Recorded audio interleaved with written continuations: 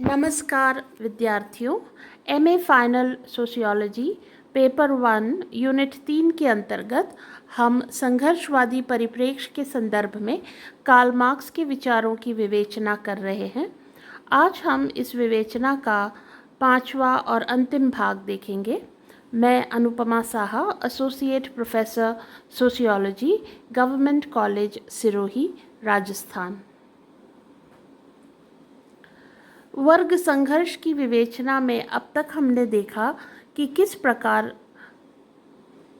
पूंजीवादी व्यवस्था में मार्क्स ने अतिरिक्त मूल्य की बात कही है और श्रमिक वर्ग के भीतर अलगाव की स्थिति उत्पन्न होने की बात सामने रखी है। इसके बाद वो यह कहते हैं कि मजदूरों में, श्रमिक वर्ग में वर्ग चेतना पैदा होती है और वही वर्ग चेतना उनके अंदर संगठन और वर्ग एकता उत्पन्न करती है। आज हम इसी क्रम में जो अगला बिंदु है उसकी व्याख्या करेंगे और वह है रेवोल्यूशन या क्रांति। Marx was not only a scholar but a revolutionary theorist.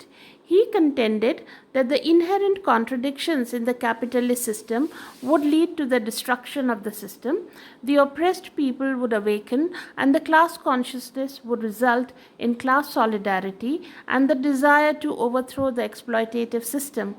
Thus, the working class would change from class in itself to class for itself and transform into a revolutionary class.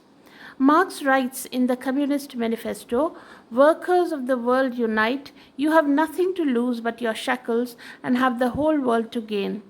Thus, Marx believes that after a well thought out plan, the workers would organize and through a bloody revolution overthrow the capitalist system. तो marks ने जब यह कहा कि मज़दूरों में, श्रमिकों में अपने वर्ग के हितों की चेतना पैदा होगी और वर्ग चेतना पैदा होने के बाद वे अपने जो आपसी रंजिशें हैं, आपसी जो भेदभाव हैं, आपसी जो मतभेद हैं, आपस के जो छोटे मोटे झगड़े हैं, उनको भुला करके और अपनी जो कॉमन एनिमी है, अपना जो कॉमन शत्रु है कैपिटलिस्ट पूंजीपति, उसके विरुद्ध संगठित होंगे। तब मार्क्स कहते हैं कि अब जो परिवर्तन की जो हवा है वह इस पूंजीवादी समाज में अब बहना शुरू होती है और तैयारी प्रारंभ होती है उस क्रांति की जिसके माध्यम से पूंजीवादी व्यवस्था का नाश किया जाना है। मार्क्स ये कहते हैं कि पूंजीवादी व्यवस्था जो है उसके अंदर कई आंतरिक विरोधाभास हैं और उन आंतरिक विरोधाभासों के कारण एक न एक दिन यह जो व्यवस्था है, ये शोषणकारी जो व्यवस्था है, इसका नाश होकर रहेगा। आंतरिक विरोधाभासों की चर्चा करते हुए कार्ल मार्क्स कहते हैं कि जो सबसे बड़ा आंतरिक विरोधाभास पूंजीवादी व्यवस्था के अंदर है वो ये है कि जो उत्पादन की पूरी प्रक्रिया है वह सामाजिक होती है। उत्पादन की प्रक्रिया में पूंजीपति भी भाग लेता है, उसमें श्रमिक भी भाग लेता है, उसमें समाज के अन्य वर्ग भी भाग लेते हैं और जो मशीनें और यंत्र और जो टूल्स हैं जिनका आविष्कार कई पीढ़ियों पहले हो चुका है, तो इस तरह से कई पीढ़ियां उस उत्पादन की प्रक्रिया में शामिल हैं। तो उत्पादन की प्रक्रिया में तो पूरा वर्तमान और पूर्ववर्ती समाज शामिल है, लेकिन एक बार जब वस्तु का उत्पादन हो जाता है तो फिर उस पर केवल पूंजीपति का नियंत्रण क्यों हो जाता है। तो उत्पादन की प्रक्रिया यदि सामाजिक है तो फिर स्वामित्व भी सामाजिक होना चाहिए, स्वामित्व व्यक्तिगत नहीं होना चाहिए। लेकिन पूंजीवादी व्यवस्था का ये बहुत बड़ा आंतरिक विरोधाभास है।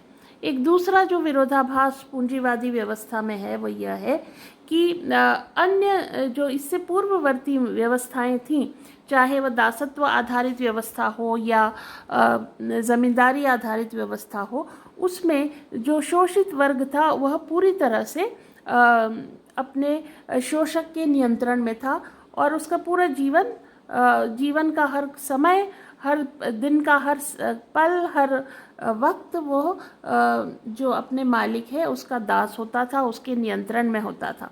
लेकिन पूंजीवादी व्यवस्था में ऊपरी तौर पर ऐसा दिखाई देता है कि श्रमिक स्वतंत्र है, उसके काम के घंटे फिक्स हैं और उन काम के घंटों के पश्चात वह अपने पूंजीपति के नियंत्रण से बिल्कुल मुक्त है और वह जैसा चाहे अपना जीवन व्यतीत कर सकता है। लेकिन वास्तविकता यह है कि श्रमिक जो है उसके पास कोई विकल्प नहीं है।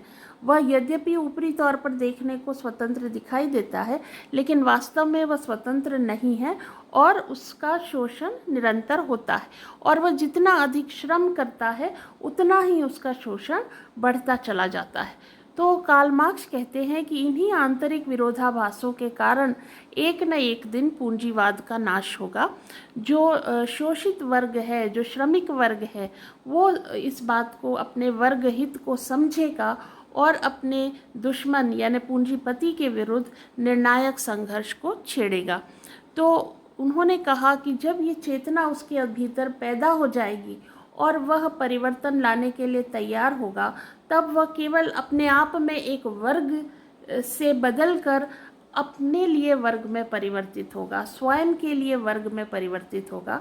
स्वयं के लिए वर्ग का मतलब एक ऐसा वर्ग जो अपने हितों को समझता है, एक वर्ग जिसे अपने नीड्स के बारे में जानकारी है, अपने शोषण के बारे में जानकारी है और जो अब इस शोषण के विरुद्ध आवाज़ उठाने के लिए तैयार है, अर्थात अपने हितों के लिए लड़ने के लिए, अपने हितों के लिए संघर्ष करने के लिए तैयार है। तो वो कहते हैं अब यह जो वर्ग है, श्रमिक वर्ग, वह एक क्रांतिकारी वर्ग में परिवर्तित हो जाता है, एक रेवोल्यूशनरी क्लास में बदल जाता है। मार्क्स दुनिया भर के श्रमिकों का आह्वान करते हैं अपनी पुस्तक कम्युनिस्ट घोषणा पत्र में, कम्युनिस्ट मैनिफेस्टो में, और कहते हैं दुनिया भर के मजदूरों एक हो जाओ और एक होकर इस शोषणकारी व्यवस्था का नाश कर दो। तुम्हारे पास खोने के लिए कुछ भी नहीं है। श्रमिकों के पास तो कुछ है ही नहीं, वे तो सर्वहारा हैं। तो तुम्हारे पास खोने के लिए कुछ नहीं है, लेकिन पाने के लिए है पूरा विश्व। तो यह आह्वान वो कम्युनिस्ट मैनिफेस्टो में दुनिया भर के मज़दूरों से करते हैं और वह कहते हैं कि मज़दूर जब इस बात को समझेंगे कि उनका शोषण किया जा रहा है और उनका शोषण करने वाला और कोई नहीं बल्कि पूंजीपति है, तो वे सब मिल करके संगठित होंगे और एक योजनाबद्ध तरीके से एक रक्त रंजित क्रांति करेंगे, एक रक्त रंजित संघर्ष करेंगे और उस संघर्ष के परिणाम स्वरूप वो इस शोषणकारी पूंजीवादी व्यवस्था का नाश कर देंगे।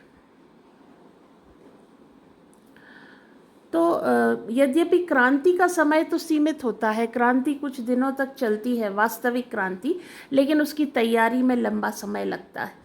तो हम डायलेक्टिक्स का जो नियम पढ़ रहे थे कि पहले गुस्सा मात्रा में बढ़ता है और फिर जब वह अपने चरम पर पहुंचता है तो वस्तु के गुण में बदलाव हो जाता है। तो ये जो बदलाव है, जो आमूलचूल बदलाव है, इसे ही हम क्रांति या रेवोल्यूशन कह सकते हैं। तो रेवोल्यूशन के बाद वो कहते हैं कि जो रक्त रंजित क्रांति होगी उसके परिणाम स्वरूप कैपिटलिस्ट सिस्टम, जो पूंजीवादी व्यवस्था है, उसका नाश हो जाएगा और उसके बाद अगले चरण में क्या होगा, डिक्टेटरशिप ऑफ द प्रोलेटेरिएट यानी मजदूर वर्ग की तानाशाही।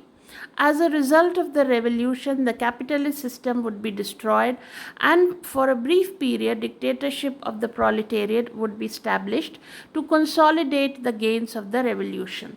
तो वो कहते हैं कि एक बार जब पूंजीवादी व्यवस्था का नाश हो जाएगा, तब कुछ समय के लिए पूरी सभी जो अव्यवस्था क्रांति के कारण पैदा हो जाएगी समाज में, उसको पुनः व्यवस्थित करने के लिए, जीवन को पुनः पटरी पर लाने के लिए कुछ समय के लिए जो उत्पादन के साधन हैं, जो फैक्ट्रीज़ हैं, जो इंडस्ट्रीज़ हैं, उन पर श्रमिकों का कंट्रोल हो जाएगा। श्रमिकों की एक तरह से समाज में तानाशाही स्थापित होगी, लेकिन ये एक ब्रीफ पीरियड होगा, ये एक अस्थायी समय होगा, ये एक ट्रांजिशन का पीरियड होगा, एक रूपांतरण की स्थिति होगी। और उसके बाद जो अगला स्टेज है वह है inauguration of the communist society यानी साम्यवादी समाज की स्थापना या शुभारंभ। The social ownership of the forces of production will eliminate class and thereby class conflict.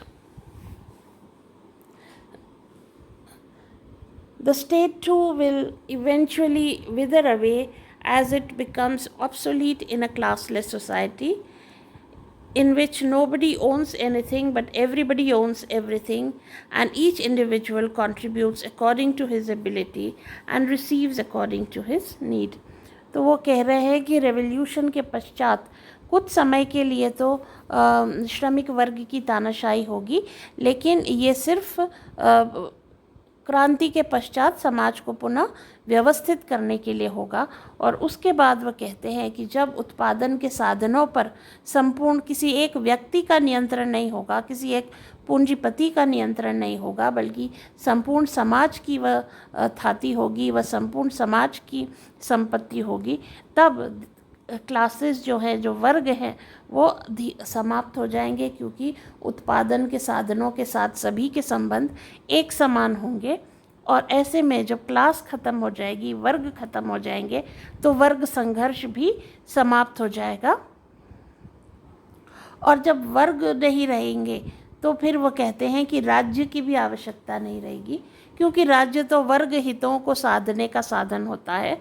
तो वो कह रहे हैं कि धीरे धीरे राज्य भी समाप्त हो जाएगा, और इस तरह से एक वर्ग विहीन, राज्य विहीन और शोषण विहीन समाज की स्थापना होगी, या समाज का शुभारंभ होगा।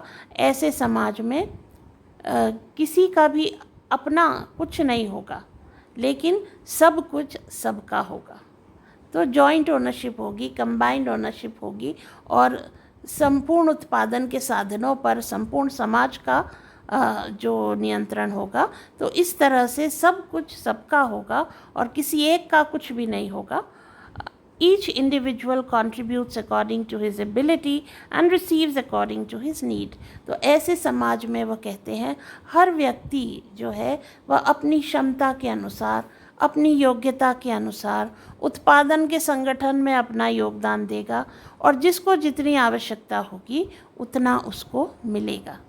तो इस तरह का एक साम्यवादी समाज, जिसमें किसी तरह का शोषण नहीं होगा, किसी तरह की आर्थिक विषमताएं नहीं होंगी, किसी तरह की निजी संपत्ति नहीं होगी, किसी तरह का संघर्ष नहीं होगा, वर्ग संघर्ष नहीं होगा, ऐसे साम्यवादी समाज की अंततः स्थापना होगी।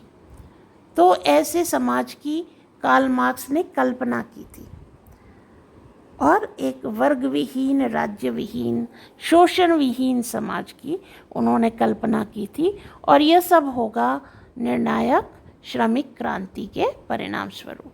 तो ये कार्ल मार्क्स की वर्ग संघर्ष की व्याख्या है। मुझे उम्मीद है कि आप लोगों को जो जानकारी दी गई वह आपको उपयोगी लगी होगी। आप सभी का बहुत बहुत धन्यवाद।